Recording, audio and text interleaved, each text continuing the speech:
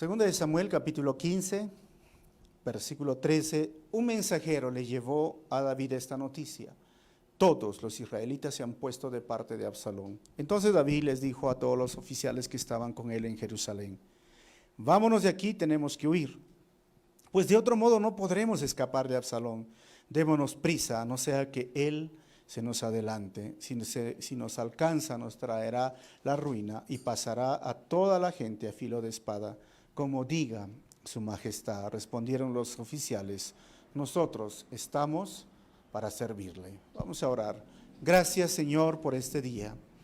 Gracias por tu palabra, y como tenemos este privilegio de estudiar versículo por versículo, capítulo por capítulo, tú traes los temas, Señor, y ayúdanos a entender de qué se trata hoy tu palabra, a poner principios en nuestra vida y sobre todo qué errores debemos de evitar en nuestra vida cristiana. Ayúdanos, Señor, mientras estudiamos tu palabra, a comprender cuál es tu voluntad para nuestra vida. Y te pido, Señor, que uses mi vida para compartir de tu palabra en esta mañana. En tu nombre, Jesús, oramos así. Amén. Estamos en el capítulo 15 y el tema para este capítulo sería lo bueno, lo malo y lo feo de los políticos. ¿Será que la Biblia tiene que hablar de política? Tiene mucho para hablar de muchos temas. Básicamente va a hablar de la rebelión de Absalón. ¿Cómo llegó a este punto la vida del rey con su hijo y Absalón? Vamos a recordar brevemente. Absalón va donde el rey, se queja de que el príncipe heredero Amnón había abusado sexualmente a su hermana. El príncipe estaba feliz y no hacía nada David. Como no hizo nada David, el papá y el rey, que era el que debería otorgar justicia, entonces llega el momento donde él trama una venganza, lo invita a cenar a su hermano y en medio de lo hace emborrachar, lo asesina y tiene que huir. Luego se va a la tierra de Gesur, donde era su abuelo, donde era su mamá. Pasa 2 años ahí. Después de 2 años, Joab se da cuenta que David lo extrañaba. Contrata a una mujer que viene de luto y le cuenta una historia al rey. Le dice que un hijo mató al otro hijo y lo quieren matar al otro hijo, y simplemente para enseñarle que debería de perdonar a su hijo. David se da cuenta que está Joab detrás de esta historia y lo invita, lo llama, pero hace algo. Hace que se quede fuera del palacio, que no lo vea por 3 años, o sea, ya son 5 años. Y después de esto, Absalón, un príncipe arrogante, dice que era muy popular, hasta simpático y todo, ¿se acuerdan que hemos estudiado esto la última vez? Llama la atención quemando los campos de Joab, consigue por fin un tiempo con el rey, y cuando el rey lo ve, después de 5 años, no le da el tiempo para poder decir que estaba mal, se había equivocado, simplemente lo besa, y ahí es que dejamos la historia. 5 años. Para la mente de Absalón, el rey no había hecho justicia. 5 años que guardó más rebeldía en el corazón. Hay una palabra que usamos en psicología, se llama desidia, que es simplemente el hecho de no querer enfrentar las circunstancias, no poder y no querer hablar. Lamentablemente muchas familias viven así. Los padres, cuando ven el problema, no quieren hablar del problema. Simplemente un abracito y ya está todo. Hay situaciones que se tienen que hablar y se tienen que comunicar. Hay parejas que no quieren hablar del problema. Es como se sobreentiende, es obvio, otra vez somos amiguitos, nos sonreímos y dejamos pasar el problema y no lo hemos resuelto, no hemos hablado. Esto a la larga trae más problemas, más conflictos. Esto a la larga muchas veces causa esa raíz de amargura porque el problema no se ha solucionado, no se ha podido conversar.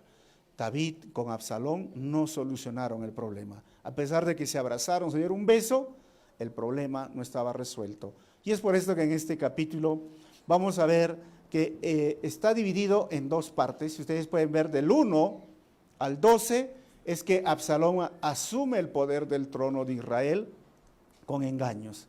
Y luego del 13 al 37 David escapa de Absalón y deja el trono de Israel. Todos estos versículos los vamos a estudiar y a medida que yo voy pasando las diapositivas van a salir los títulos de cada subdivisión del párrafo. Empezamos el versículo 1.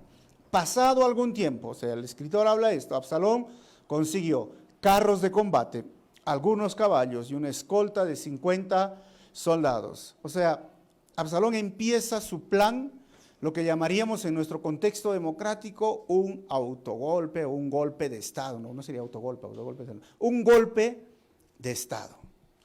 Versículo 2. Se levantaba temprano y se ponía a la vera del camino junto a la entrada de la ciudad. Cuando pasaba alguien que iba a ver al rey para que le resolviera un pleito, Absalón lo llamaba y le preguntaba de qué pueblo venía. Aquel le decía de qué tribu israelí era. La vera era la puerta. Jerusalén, las ciudades eran amuralladas y solo tenían una puerta, o algunas eran una puerta pequeña, pero había una puerta principal.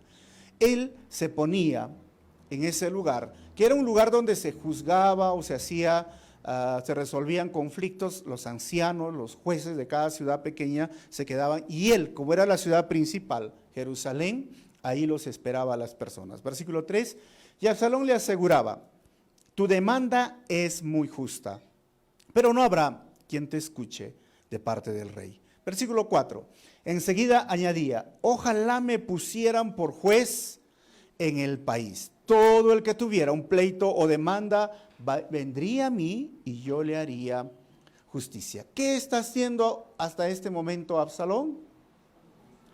Yo les digo, está en campaña política. Versículo 5.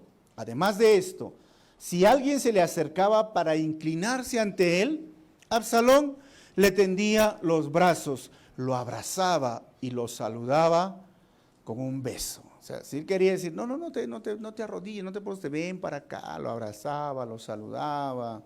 ¿Qué está haciendo? Campaña política. Versículo 6. Esto hacía Absalón con todos los israelitas que iban a ver al rey para que les resolviera algún asunto. Y así fue ganándose el cariño del pueblo. Y aquí está su candidato, hermanos, Absalón. En este momento quiere asumir el liderazgo de toda la nación. Él era el príncipe. Él podía llegar a ser rey, pero conforme a los procesos que deberían de ser. Es decir, David tenía que morir. Pero no esperó que David muera. Él quería adelantarse a los procesos. Esto me hace entender, hoy hay una generación que se llama los millennials, y una de las características que tiene esta generación es que no les gustan los procesos. Ellos quieren saltarse, miren, los procesos, y de la noche a la mañana sueñan con tener mucho dinero. Sueñan con encontrar, la felicidad, la alegría. No les importan mucho los procesos, pero la vida, jóvenes, tiene procesos. Absalón es así, un joven impetuoso, engreído, carismático. El pueblo lo aclamaba y él asumió que ya debería ser el próximo líder, el próximo rey. Porque le importaba a la nación, no, hermanos. Él tenía intereses personales en el liderazgo o en el servicio. Y hoy, si miramos a nuestros políticos que dicen, es que yo deseo servir a la nación, ¿no? Y hay por ahí unas propuestas de bajar el salario, que trabajen con salario mínimo. No, pues no van a trabajar con salario mínimo. Pero en el fondo hay intereses personales para servir, para liderar.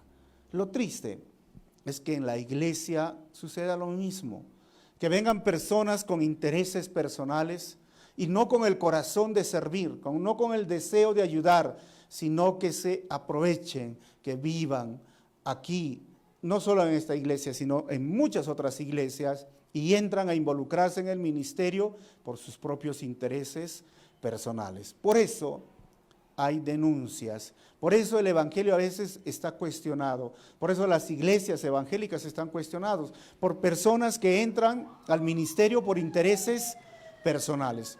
Hay algo que nosotros llamamos la filosofía de Calvary Chapel. ¿Saben qué dice la filosofía de Calvary Chapel?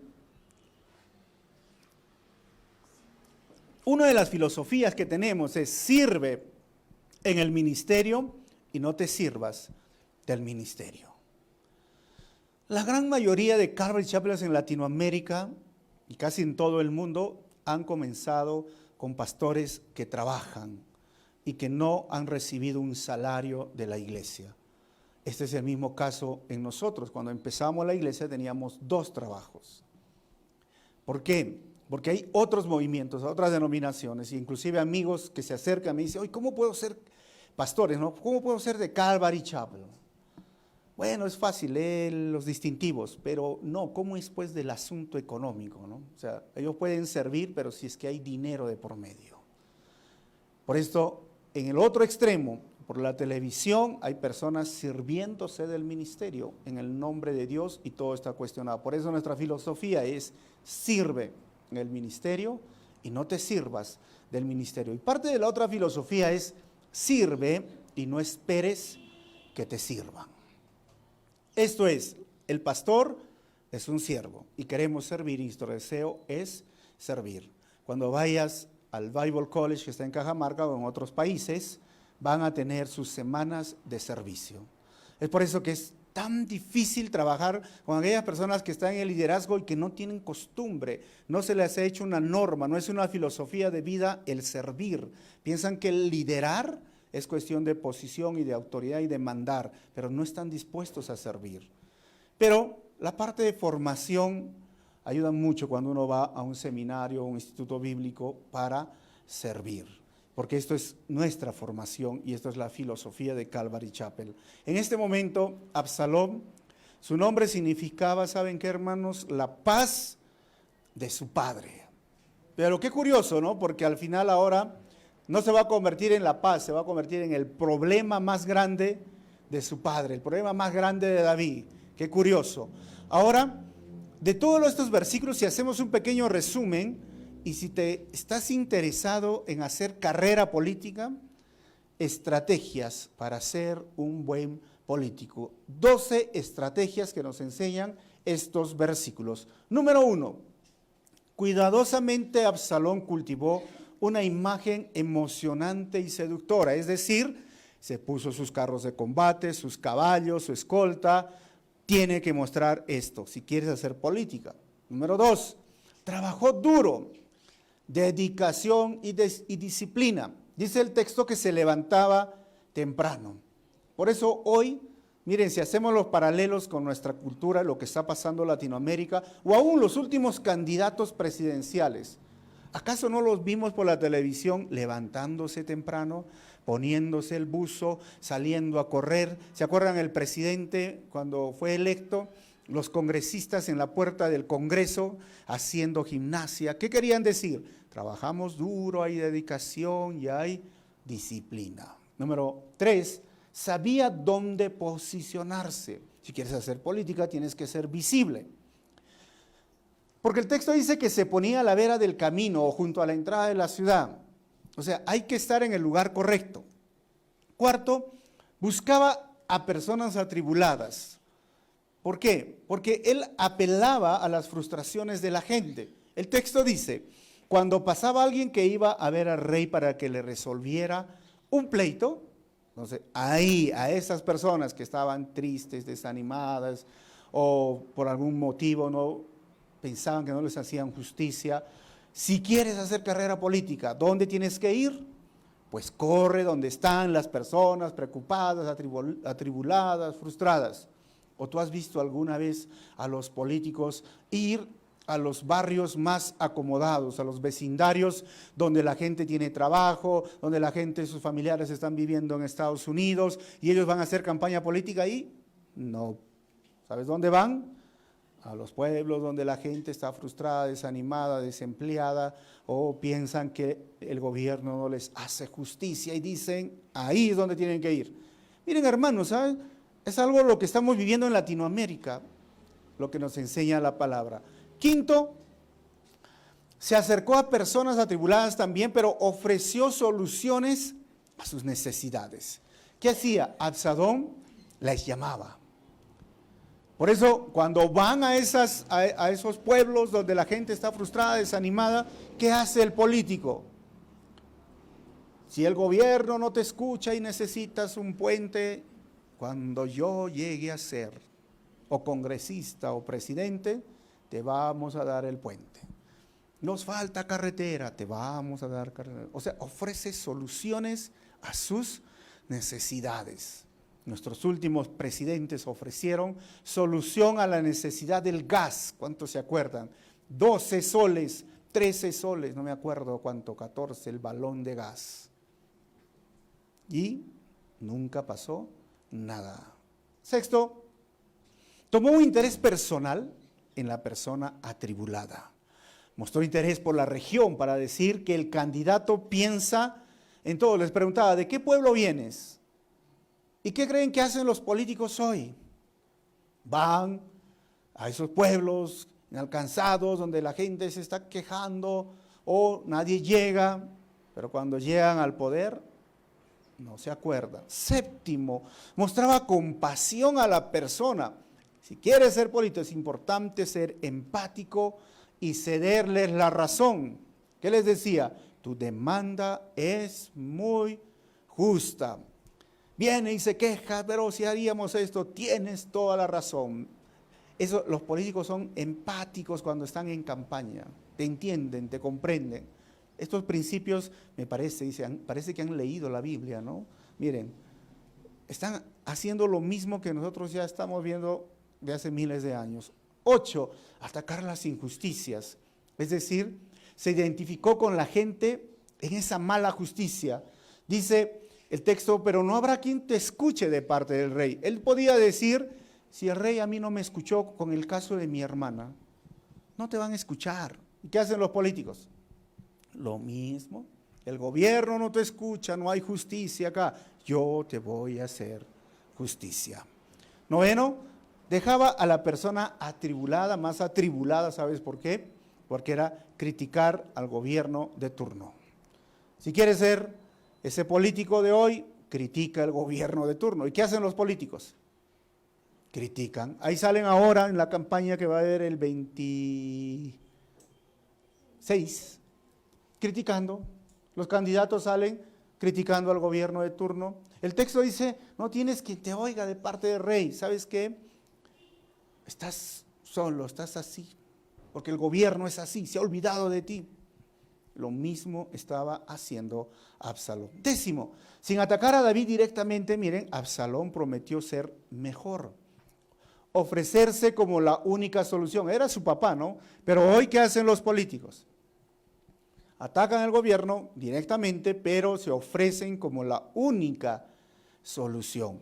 El texto dice, ojalá me pusieran por juez en el país. Todo el que tuviera un pleito o una demanda vendría a mí y yo le haría justicia. Pero como no me eligen, bueno, ¿y qué dicen hoy día los políticos? Lo mismo, hermanos. Yo tengo la solución. Yo soy la respuesta a Arequipa, la respuesta al Perú. Tengamos cuidado. A ver, 11, mostraba humildad, igualarse con la gente, o sea, el cariño del candidato debe de ser evidente. El texto dice, si alguien se le acercaba para inclinarse ante él, Absalón le tendía los brazos, lo abrazaba y lo saludaba con un beso. Cuando están en campaña política, van por los mercados, van por los pueblos, abrazan, besan, saludan, hasta que llega el momento que no comen el chicharrón. Y ahí se malogró su popularidad. ¿Se acuerdan del chicharrón, este evento que marcó el país? O hasta que alguien le interrumpe y le da una patada al que está adelante. Son nuestros políticos, pues, hermanos. Pero si quieres hacer política, muestra humildad. Iguálate con la gente, corre a ese barrio donde nunca has ido.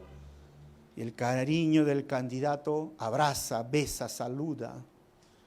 Y 12, llegaba la mayor cantidad de gente, buscar apoyo. hermanos, por todos los lugares posibles. ¿Qué hacen los candidatos? Se van a todos los lugares. Miren que la política sigue siendo la misma. No hay nada nuevo debajo del sol. El texto dice, esto hacía Absalón con todos los israelitas que iban a ver al rey, que lo resolviera algún asunto. Así que si estás interesado en hacer carrera política, bueno, ahí tienes para anotar. Pero si estás interesado en hacer carrera política con valores cristianos, yo te animo a que hagas las cosas diferentes, que te capacites, que te prepares. Y para mí es tan importante que un joven que está en la universidad o que está estudiando o que ya es profesional, hagan carrera política con valores cristianos. Y mi deseo, y siempre desde el grupo universitario, era animar a esos chicos a hacer carrera política con valores cristianos. Porque si yo les digo a los demás pastores que me dicen, no hay que enviarlos a la universidad a los jóvenes porque ahí les lavan el cerebro, les cuestionan la fe y se olvidan de Dios. No es verdad, porque los grupos universitarios, el Ministerio de Universidades que funciona a nivel mundial, ha encontrado jóvenes y ha ayudado a muchos jóvenes a afirmar su fe dentro del campus universitario. Solo que está mal dirigido y hay algunos pastores que no tienen respuestas a veces frente a las demandas que exigen los temas en la sociedad. Esto significa que hay que preocuparse más. Pero si no tenemos jóvenes haciendo carrera política, yo creo que al final nos vamos a quejar siempre de esos políticos sin valores cristianos. Deberíamos de animar a los jóvenes, hagan carrera política. Así que si tú estás animado, toma en cuenta algunos, pero no todos, ¿no? Estos son para la política. Pero en nuestro contexto de democracia, ya que vienen las elecciones el 26 de enero, tenemos que hablar este tema. Mi consejo para ti, hermano, porque también eres ciudadano, es que siempre debemos de investigar al candidato por su hoja de vida y sus aportes a la sociedad. ¿Sí? Siempre debemos de investigar al candidato. Si nos ponemos a analizar este tema con Absalón y David, ¿quién tenía mayor hoja de vida? ¿Quién tenía mayor experiencia? Pues David.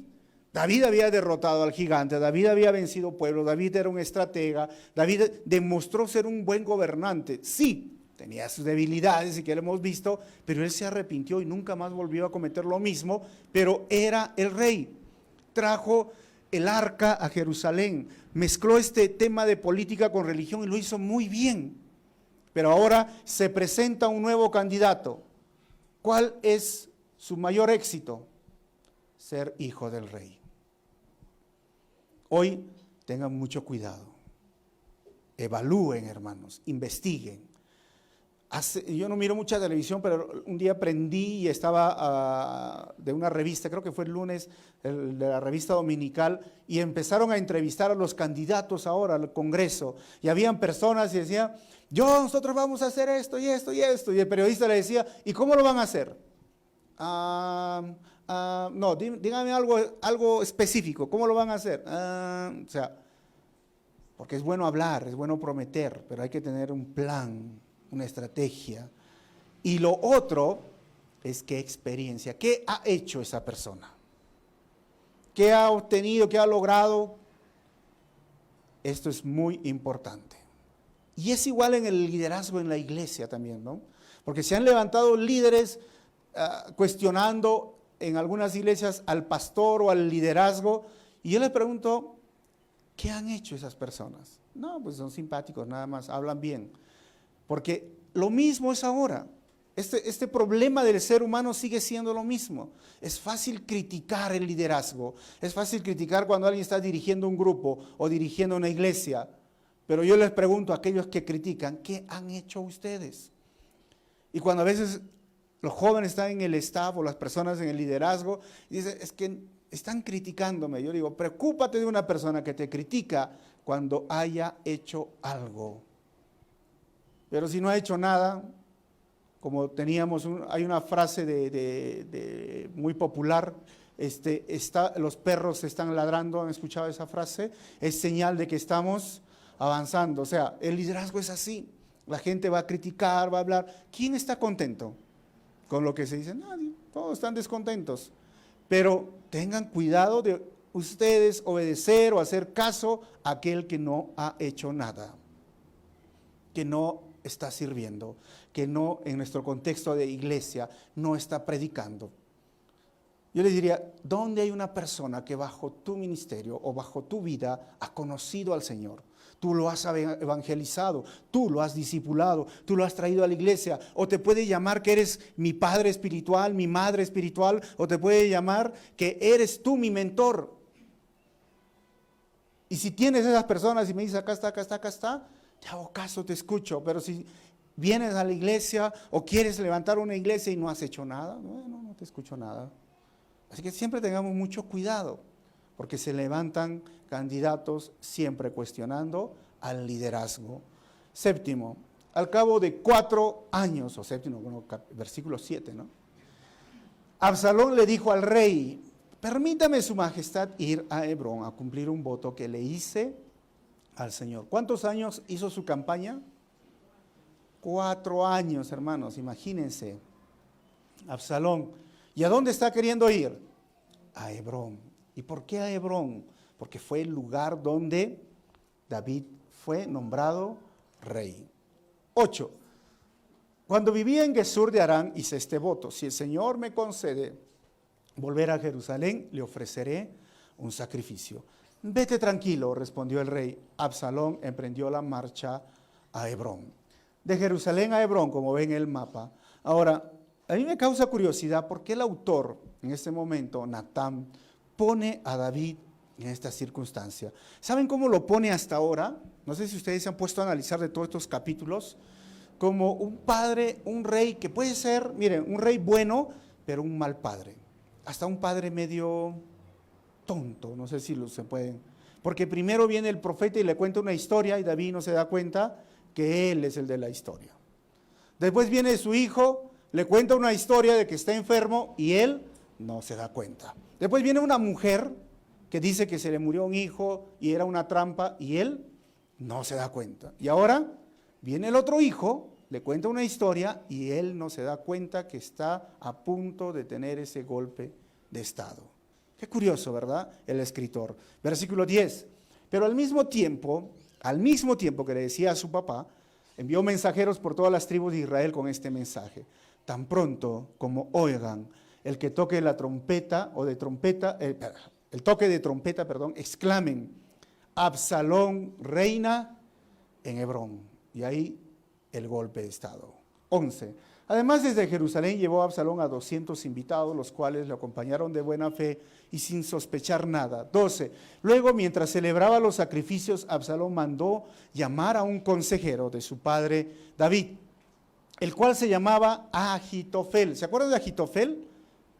Ahorita les voy a decir quién era Ahitofel. Y era del pueblo de Giló. Así la conspiración fue tomando fuerza y el número de los que seguían a Absalón crecía más y más. Así que donde se iban decían: Absalón es rey, Absalón es rey. Golpe de estado.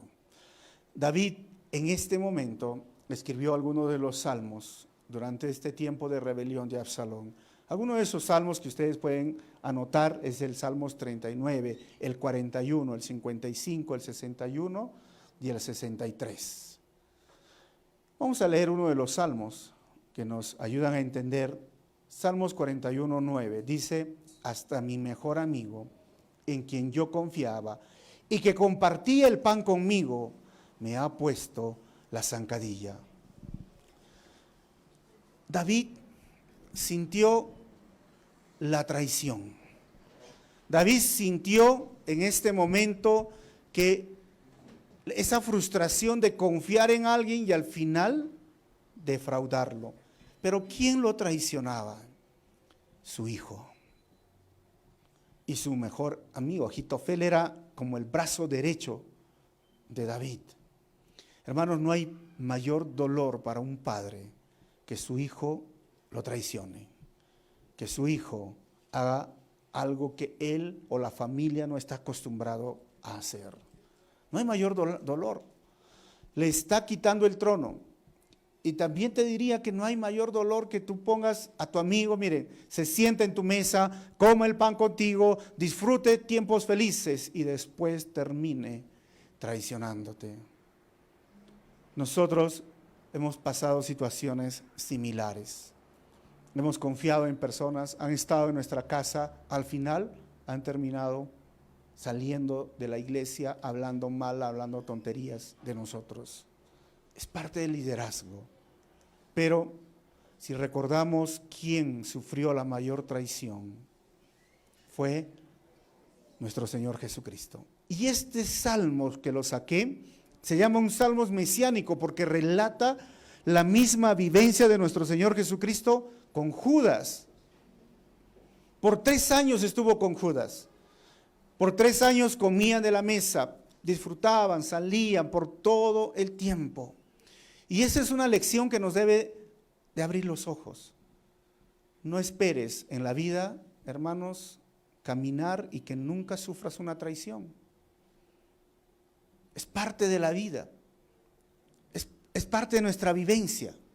Si el mismo Señor Jesucristo pasó esto con su mejor amigo, hermano, tú que puedes, pero no te quiero asustar, ¿no? Pero tú dices, no, me está amenazando. No, mira, hermanos, no, la vida es así.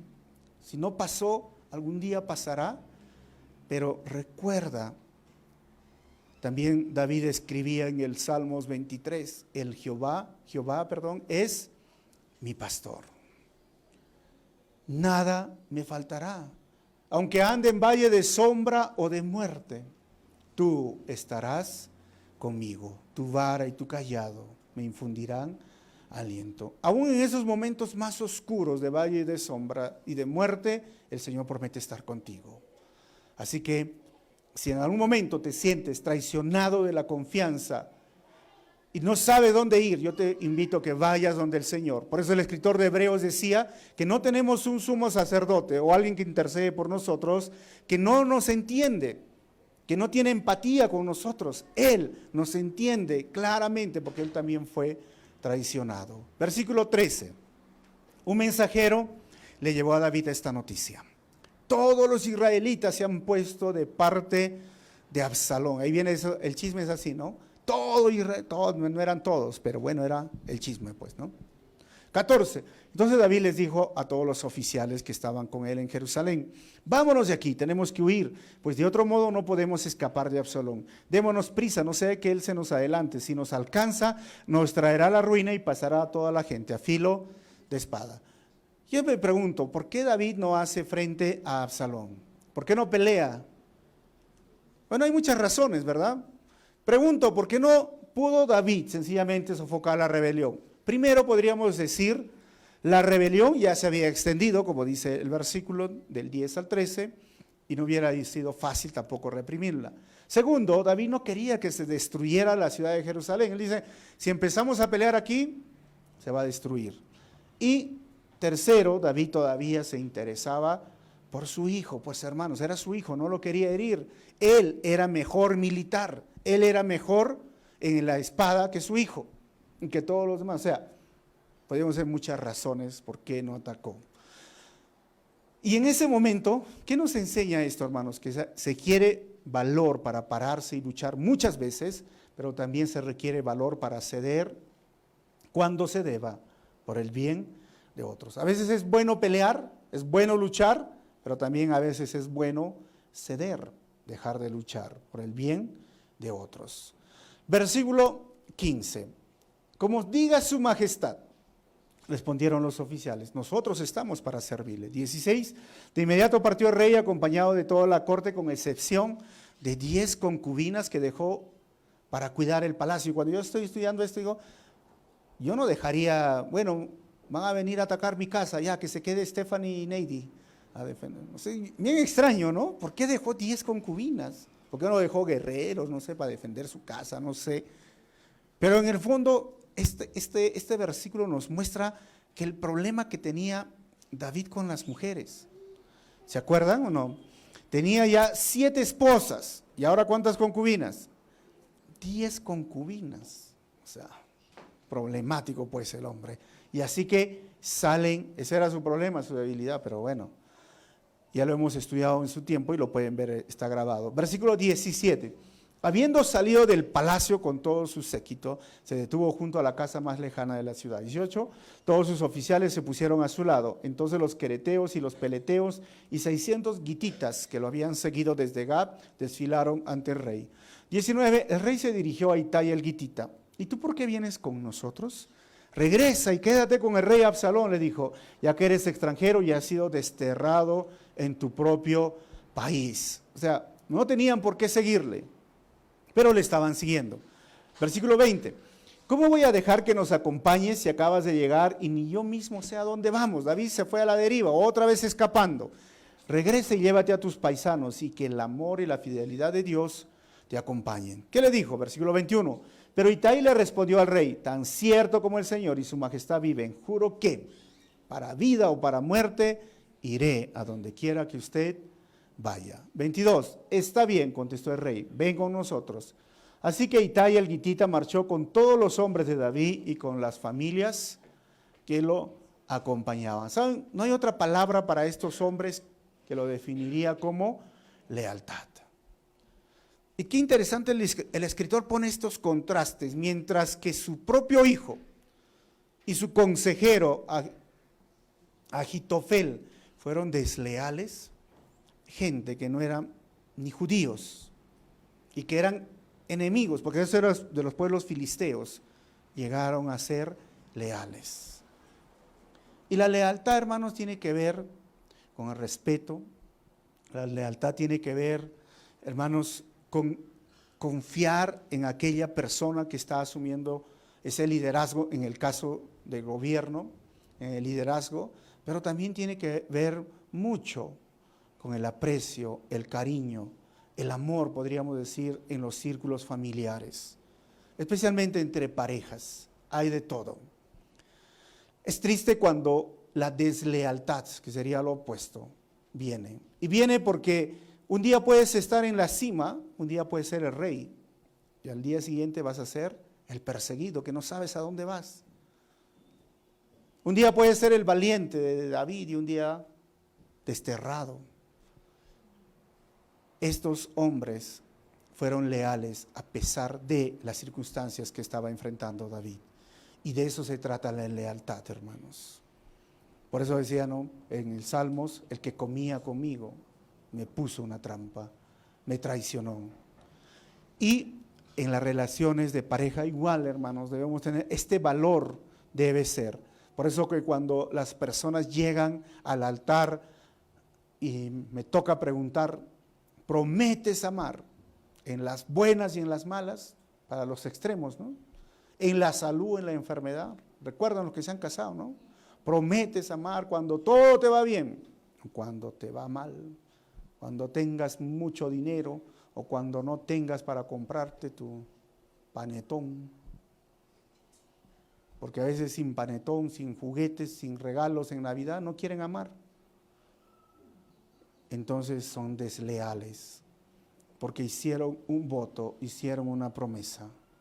Pero en el liderazgo, qué bonito, qué diríamos feliz se siente una persona que esté en el liderazgo cuando tiene personas leales a su alrededor, que están en cualquier circunstancia, sean buenas o sean malas. Y David contó con estos hombres. Versículo 23. Todo el pueblo lloraba a gritos. Mientras David pasaba con su gente y cuando el rey cruzó el arroyo de Cedrón, toda la gente comenzó la marcha ¿hacia dónde?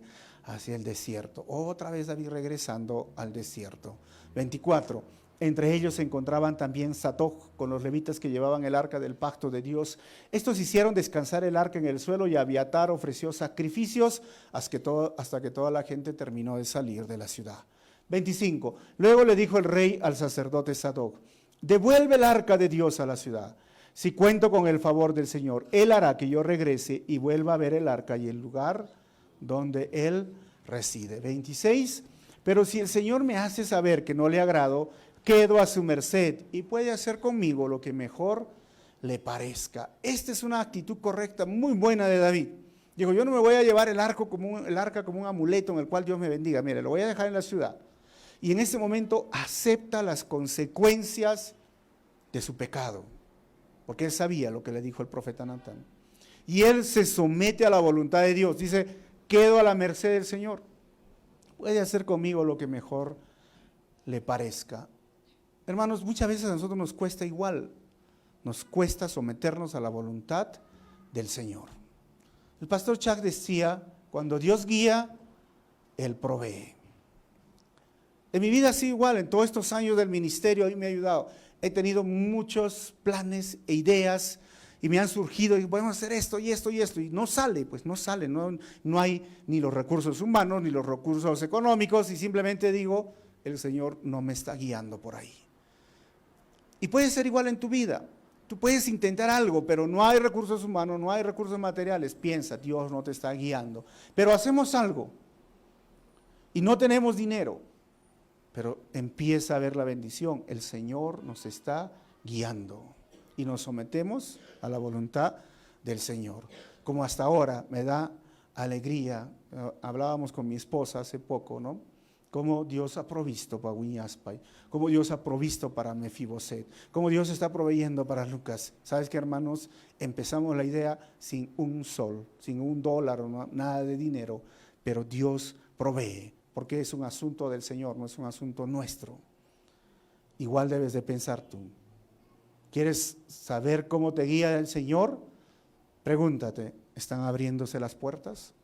¿Está viendo los recursos humanos? ¿Está viendo la provisión económica? Entonces el Señor te está guiando. Si todo se te está cerrando, si todo está en contra tuya, no creo que sea la voluntad del Señor. 27. También le dijo, como tú eres vidente, puedes volver tranquilo a la ciudad con Abiatar y llevarte contigo a tu hijo Ahimás y a Jonatán, hijo de Abiatar. 28. Yo me quedaré en los llanos del desierto hasta que ustedes me informen de la situación. 29. Entonces Sadoc y Abiatar volvieron a Jerusalén con el arca de Dios y allí se quedaron. 30. David por su parte subió al monte de los olivos llorando con la cabeza cubierta y los pies descalzos. También todos los que lo acompañaban se cubrieron la cabeza y subieron llorando. Miren, ¿alguien se acuerda qué sucedió en el monte de los olivos? En el Nuevo Testamento, nuestro Señor Jesucristo. Y es curioso que es la misma ruta que hizo David. Fue el Señor, después del huerto Getsemaní, lo llevaron al monte de los olivos. Podríamos decir entonces, David como Jesús sufrieron por el pecado. Pero la diferencia está en que Jesús sufrió por nuestros pecados, mientras que David sufrió por sus propios pecados. Versículo 31. En eso le informaron a David que Ahitofel se había unido a la conspiración de Absalón. Entonces David oró, Señor, haz que fracasen los planes de Ahitofel. ¿Está bien orar así? Yo digo, amén, hermano, oremos, ¿no? Si hay algo que te estaba haciendo daño, no sé, en tu trabajo, en tu vecindario, en la familia, en la iglesia, en el liderazgo, Señor, haz que fracasen esos planes. O si fuese el enemigo haciendo planes para destruir tu vida, tú que el Señor te reprenda, le dices, y que haz que fracasen esos planes del maligno que quiere venir sobre tu familia o sobre la iglesia. Podemos orar de esta forma. Pero Ahitofel era el consejero ahora de Absalón, se dice que es el abuelo de Betsabé, familiar de Betsabé. O sea, ¿se acuerdan cuando sucedió todo esto con Betsabé? En algunos escritos lo ponen como el suegro de Betsabé. Y si fuese el suegro, eso significaría que Urías era su hijo. Y a pesar de ser su consejero, siempre estaba esperando la oportunidad de hacer caer al rey por todo lo que había hecho. Versículo 32. Cuando David llegó a la cumbre del monte donde se rendía culto a Dios, se encontró con Husaí el arquita, que en señal de duelo llevaba las vestiduras rasgadas y la cabeza cubierta de ceniza. 33, David le dijo, si vienes conmigo, vas a hacerme una carga. 34, es mejor que regreses a la ciudad y le digas a Absalón, Majestad, estoy a su servicio, antes fui siervo de su padre, pero ahora lo soy de usted. De ese modo podrás ayudarme a desbaratar los planes de Agitofel. 35. Allí contarás con los sacerdotes Sadoc y Abiatar, así que manténlos informados de todo lo que escuches en el palacio real. 36.